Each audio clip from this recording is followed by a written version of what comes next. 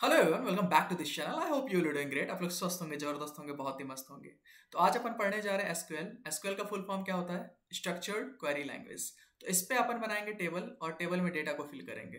तो अगर मैं डिफाइन करना चाहूँ एसक्यूएल को, तो मैं बताना चाहूँगा एसक्यूएल क्या होता है। स्टैंडर्ड प्रोग्रामिंग लैंग्वेज होता है जो कि डिजाइन किया गया है मैनिपुलेट और मैनेज करने के लिए रिलेशनल डेटाबेस को।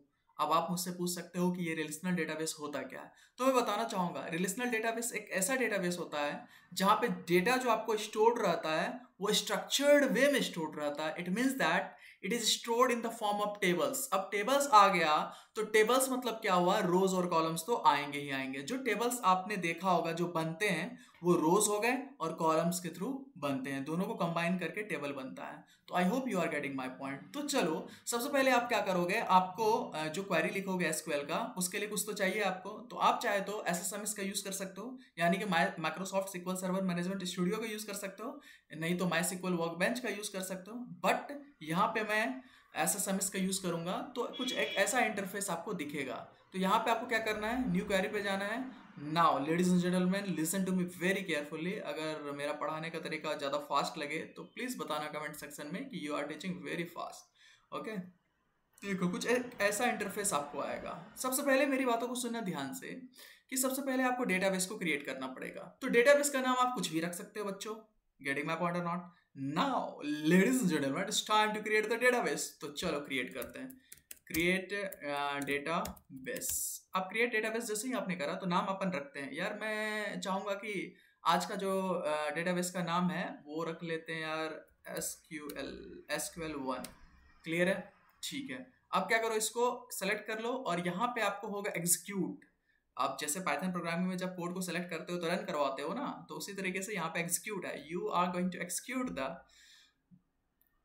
And now you can see here कि आपको सक्सेसफुली दिखाएगा commands completed successfully. It means that कि हमारा जो डेटाबेस है SQL1 नाम से वो क्रिएट हो चुका है। अब मुझसे आप पूछोगे कि ये डेटाबेस अपन मतलब अपन को दिखेंगे कहाँ पे, मिलेंगे कहाँ पे? दिख नहीं रहा है कहीं पे। तो यहाँ पे लेफ्ट साइड पे जैसे ही आओगे आप तो यहाँ पे आपको डेटाबेस दिखेंगे, और डेटाबेस जैसे ही दिखेंगे तो थोड़ा सा प्लस आइकन पे आपको क्लिक करना है। तो आप देख सकते हो कि SQL1 नाम से हमारा डेटाबेस क्रिएट हो चुका है। ये जो अमन नाम का डेटाबेस है वो पहले से मैंने क्रिएट करके रखा हुआ है, तो इसीलिए वो आपको शो कर रहा है। चलो ठीक है। अब क्या करते हैं अपन, अब जब हमारे पास स्पेस है, स्टोर है, तो उस स्टोर को अपन यूज करने जा रहे हैं और उस स्टोर में क्या करेंगे, हम लोग कुछ डेटा को फिल करेंगे। चलो उसके लिए क्या करोगे, अब यूज करने जा रहा हो, मतलब घर में कुछ सामान पड़ा हुआ है उसको यूज करने का टाइम आया तो यूज तो करोगे ही करोगे। सपोज करो कि एक बाइसाइकिल था आपका स्कूल का या गाड़ी था आपके पास, है ना। तो अब आप काफी दिनों बाद घर गए हो तो आप उसको यूज तो करोगे भैया, क्योंकि पड़ा हुआ है। या एक घर है, स्टोर रूम है, उस स्टोर रूम को आप यूज क्यों करते हो? उस स्टोर रूम को इसलिए आप यूज कर सकते हो क्योंकि जो एक्स्ट्रा सामान वगैरह घर में पड़ा रहता है उसमें जाके रख दो। तो यानी कि डेटा को आप रख देते हो। तो चलो यूज किसको करोगे, SQL1 को यूज करोगे। चलो यूज कर लेते हैं अपन।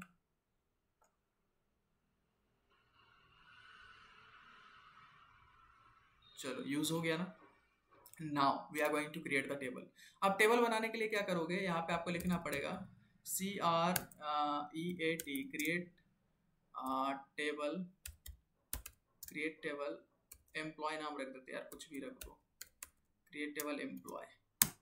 ठीक है। अब देखो यहाँ पे क्या करते हैं, 6 कॉलम्स अपन लेते हैं। एक तो एम्प्लॉय की आईडी ले लेंगे यार, एम्प्लॉय आईडी, और इंट नॉट नल होना चाहिए, यानी कि नल वैल्यू नहीं होगा, जीरो नहीं होगा, वैल्यू कुछ ना कुछ तो होना चाहिए, है ना। और फिर यहाँ पे नाम ले लो एम्प्लॉय का, और एम्प्लॉय नेम वेर कैर ले लो, वेरिएबल लेंथ करेक्टर ले लो, और इसकी लेंथ को कितना रखना चाहते हो, 30 रख दो यार, no problem at all. Now ladies and gentleman, employ name हो गया। एज ले लो यार, एम्प्लॉय की एज भी तो चाहिए, एज इंट ले लो।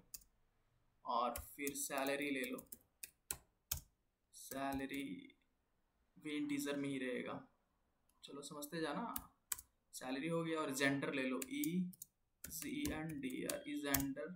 इसको वेरकार में लेते हैं यार, वेरिएबल लेंथ कैरेक्टर में लेते हैं, और इसकी लेंथ को 30 डिफाइन कर लेते हैं।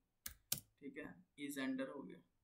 अब यहाँ पे क्या हुआ, ई डिपार्टमेंट हो गया, और इसको भी वेरकार लेते हैं, वेरकार, and here we are going to take 30।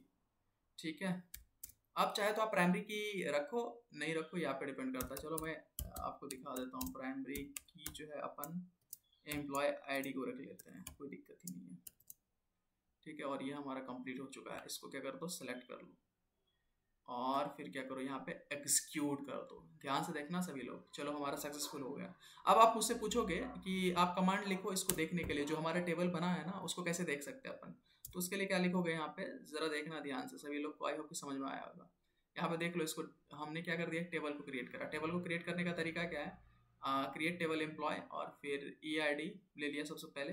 पहला कॉलम का नाम ई आई डी, दूसरा कॉलम का नाम ई नेम, फिर तीसरा कॉलम का नाम ई एज, चौथे कॉलम का नाम ई सैलरी, ई जेंडर और छठे कॉलम का लास्ट कॉलम का नाम डिपार्टमेंट। तो हम लोगों ने इतना लिया क्योंकि एज में तो इंटीजर ही रहने वाला है। इंटीजर क्यों रहने वाला है, क्योंकि किसी का एज हो सकता है कि 30 ईयर्स हो, 33 ईयर्स हो, 34 ईयर्स हो, और सैलरी भी तो हो सकता है कि सैलरी 50,000 हो, 60,000 हो, 70,000 हो, 80,000 हो। I hope you are getting my point. ID भी इंटीजर ही होगा, आईडी 1 हो सकता है, 2 हो सकता है, 3 हो सकता है, लाइक रोल नंबर के फॉर्म में। तो आपको समझ में आ रहा होगा। अब जेंडर जो है वैरकर होगा, वेरिएबल लेंथ कैरेक्टर होगा। तो अब जेंडर जो होगा मेल फीमेल कुछ और जेंडर, अगर आपको पता हो तो बता दीजिए, है ना।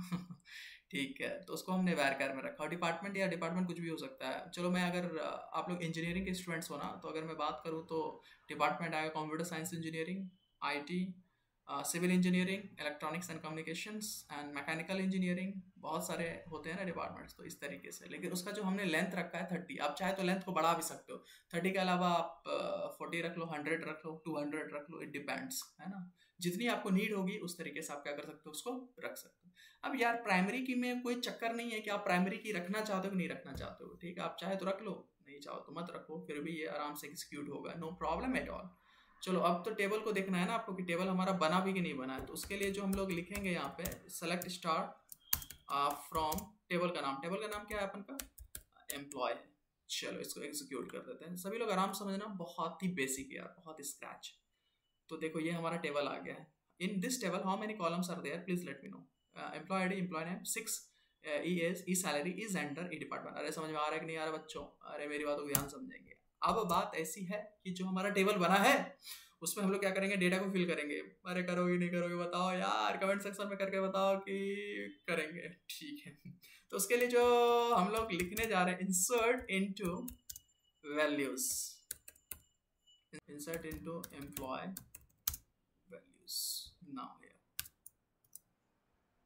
अब वैल्यूज में क्या ले सकते हो, यहाँ पे ले लो। पहले तो अपन लगते हैं 1, इंसर्ट इनटू एम्प्लॉय, मतलब एम्प्लॉय वाले नाम का जो टेबल है उसमें हम लोग वैल्यूज को फिल करने जा रहे हैं, इंसर्ट करने जा रहे हैं। सबसे पहले जो अपन लिखते हैं आईडी में 1 लिख लो। उसके बाद फिर इसमें नाम लिखना चाहो, नाम अपन ले लेते हैं राम। और फिर अपन एज ले लेते हैं 20 साल। फिर यहाँ पे सैलरी ले लो यार 1000, ठीक है, बुरा मान जाएंगे सब लोग। और डिपार्टमेंट जेंडर है, जेंडर में रख लो मेल, ठीक है। और फिर डिपार्टमेंट में रख लेते हैं यार computer science engineering, computer science engineering, C S C, computer science engineering रखते हैं अपन, ठीक है। इसको कर दो 1 ना। फिर अब इसी को करना है कि आपको जरा ध्यान से देखना, इसी को कॉपी पेस्ट मारते हैं यार। 4 एम्प्लॉय लेते हैं, उसका डेटा लेंगे, control C and control V. अब यहाँ पे क्या करना है, फिर यहाँ पे आओ, यहाँ पे आ जाओ भाई, यहाँ पे आओ, कंट्रोल भी करो, यहाँ पे आओ, कंट्रोल भी करो। आप करना क्या है, बस कुछ नहीं करना है। यहाँ पे ले लो आप 2, यहाँ पे ले लो 3, और ध्यान समझना है, यहाँ पे ले लो आप 4, राम की जगह पे आप ले लो SHYAM श्याम, और यहाँ पे ले लो आप मोहन ले लेते हैं यार।